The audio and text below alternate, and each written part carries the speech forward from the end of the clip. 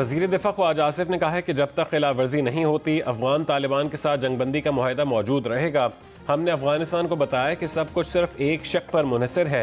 ये बहुत वाज़ेह तौर पर बयान किया गया था कि कोई दरअंदाजी नहीं होगी, TTP को उनकी सरजमीन पर कोई सहूलत फराहम नहीं की जाएगी।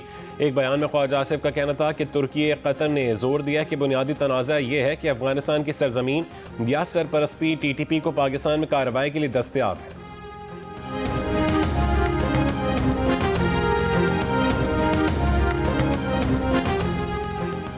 तुर्कम तिजारती गुजरगाह दो तरफा तिजारत के लिए खोलने की तैयारियां मुकम्मल कर ली गईं। कस्टम अमले ने गुज़िश्ता रोज़ तुर्कम टर्मिनल में तैनात करने के बाद कार्गो गाड़ियों की क्लियरेंस के लिए स्कैनर भी नस्ब कर दिया।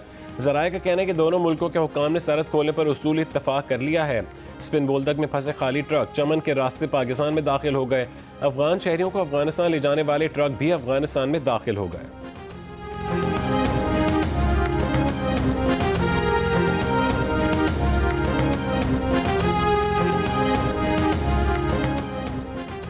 पंजाब से गैर कानूनी मुकीम गैर मुल्की बाशिंदों के इनखला का तीसरा मरहला जारी। पुलिस तर्जुमान के मुताबिक 21,900 से जायद अफगानों समेत गैर कानूनी मुकीम गैर मुल्कियों को डिपोर्ट किया जा चुका। 423 गैर कानूनी मुकीम अफराद होल्डिंग पॉइंट्स पर मौजूद हैं। डिपोर्ट होने वालों में गैर कानूनी मुकीम 5,041 गैर मुल्की शामिल हैं। IG पंजाब का कहना है कि बैनुल अक़वामी क़वानीन के तहत गैर कानूनी मुकीम बाशिंदों के इनखला की पॉलिसी पर अमल पैरा हैं। CCPO लाहौर की ज़ेर सदारत लॉ एंड ऑर्डर और सिक्योरिटी उमूर पर इजलास। CCPO बिलाल सिद्दीक कीमियानी ने कहा है कि गैर कानूनी अफगान बाशिंदों की जल्द वतन वापसी यकीनी बनाएंगे।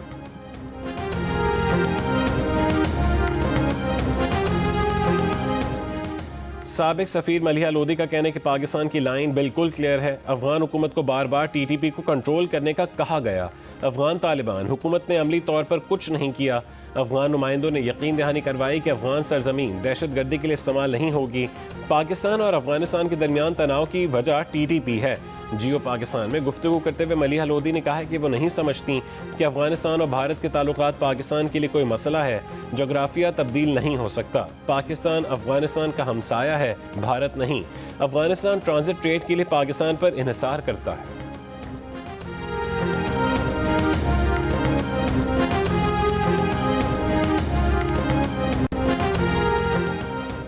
रवा माली साल की पहली सहमाही में तनख्वाहदारों ने ताजरों, थोक फरोशों और बरामद कुनंदगान के मजमूई टैक्स से दोगुना टैक्स जमा करवाया।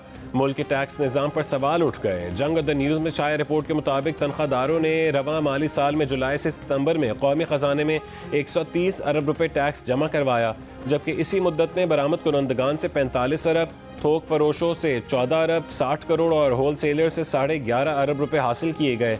इस तरह कौमी ख़जाने में तनख्वाहदारों की जानिब से डाला गया हिस्सा बरामद कुनंदगान के मुकाबले में 3 गुना और रिटेल और होल सेल सेक्टर के मुकाबले में 5 गुना ज़्यादा है। तनख्वाहदार तबके ने पिछले साल 545 अरब टैक्स दिया था, जबकि रवां बरस हदफ 600 अरब रुपये है। वज़ीर आज़म हाउस ने सोने की दरामद और बरामद की बहाली की मंजूरी दे दी। वज़ारत तिजारत ने सोने की दरामद और बरामद से मुतालिक SRO 760 बहाल करने की समरी इक़्तिसादी राबता कमेटी को भेज दी। जंग द न्यूज़ में शाया रिपोर्ट के मुताबिक हुकूमत ने रवां बरस मई में कीमती धातों और जवाहरात की स्मगलिंग और गलत इस्तेमाल के खदशे के पेश नज़र SRO 760 मुअत्तल कर दिया था, जिसकी वजह से बरामद में तात्तुल पैदा हो गया था।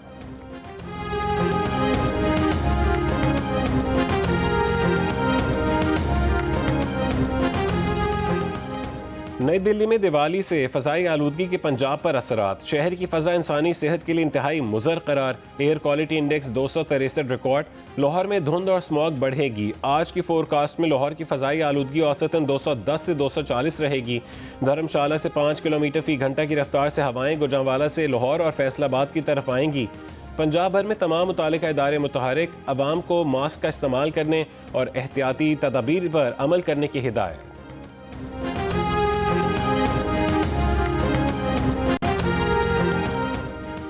सेशन कोर्ट इस्लामाबाद ने शराब और असलहा बरामदगी केस में साबिक वज़ीर आला KP अली अमीन गंडापुर के नाकाबिल ज़मानत वारंट गिरफ्तारी जारी कर दिए।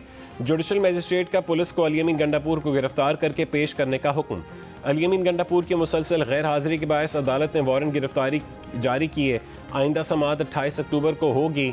अली अमीन गंडापुर के खिलाफ थाना बाराकहू में मुकदमा दर्ज है।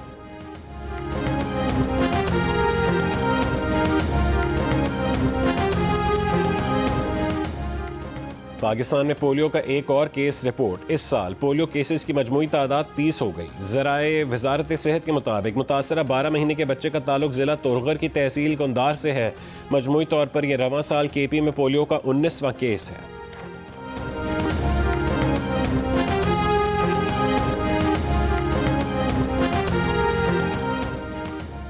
मुल्क भर में ईंधन के बहरान का खदशा पैदा हो गया। सिंध हुकूमत की तरफ से इंफ्रास्ट्रक्चर डेवलपमेंट सेस के तहत 100% बैंक गारंटी की शर्त बहाल करने की वजह से पेट्रोलियम मसनूआत तरसील करने वाले टैंकर्स बंदरगाह पर फंस गए।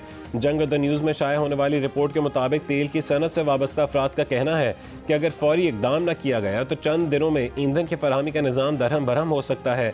ऑयल कंपनीज एडवाइजरी काउंसिल का कहना है कि अगर कार्गो फौरी क्लियर ना हुए तो निज़ाम की बहाली में 2 हफ्ते से ज़्यादा लग सकते हैं।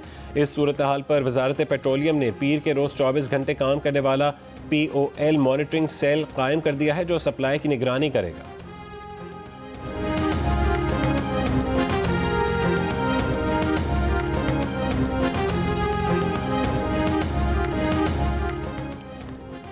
इसराइल की जंगबंदी मुआहदे की मुसलसल खिलाफ वर्जियाँ। 10 अक्टूबर से नाफिज जंगबंदी के बाद से गजा पर इसराइली हमलों में 100 फ़लस्तीनी शहीद और मुतादिद ज़ख्मी हो चुके। अरब मीडिया के मुताबिक गजा सिटी में इसराइली फ़ौज ने फायरिंग करके 4 फ़लस्तीनियों को शहीद कर दिया। जनूबी गजा में हमास ने जंगबंदी मुआहदे के तहत एक और इसराइली यरगमाली की लाश इसराइल के हवाले कर दी।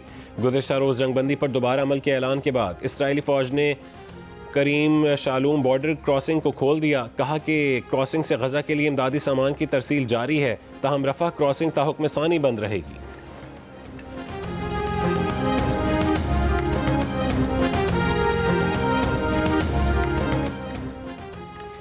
अमरीकी सदर डोनाल्ड ट्रंप का कहना है कि हमास को इसराइल के साथ गजा जंगबंदी के मुआहदे का एहतराम करने का मौका देंगे, लेकिन अगर वो ऐसा करने में नाकाम रही तो हमास को ख़त्म कर दिया जाएगा। उन्होंने कहा है कि अगले साल के शुरू में चीन का दौरा करेंगे। तवक्को है कि इस महीने के आखिर में सदर शी जिनपिंग के साथ जनूबी कोरिया में तिजारती मुआहदा तय पा जाएगा। उनकी तरजीह चीन के साथ मुनसिफाना तिजारती मुआहदे तक पहुँचना है। वो चीन के साथ अच्छा रहना चाहते हैं। उन्हें चीनी सदर के साथ अपने ताल्लुकात बहुत पसंद हैं।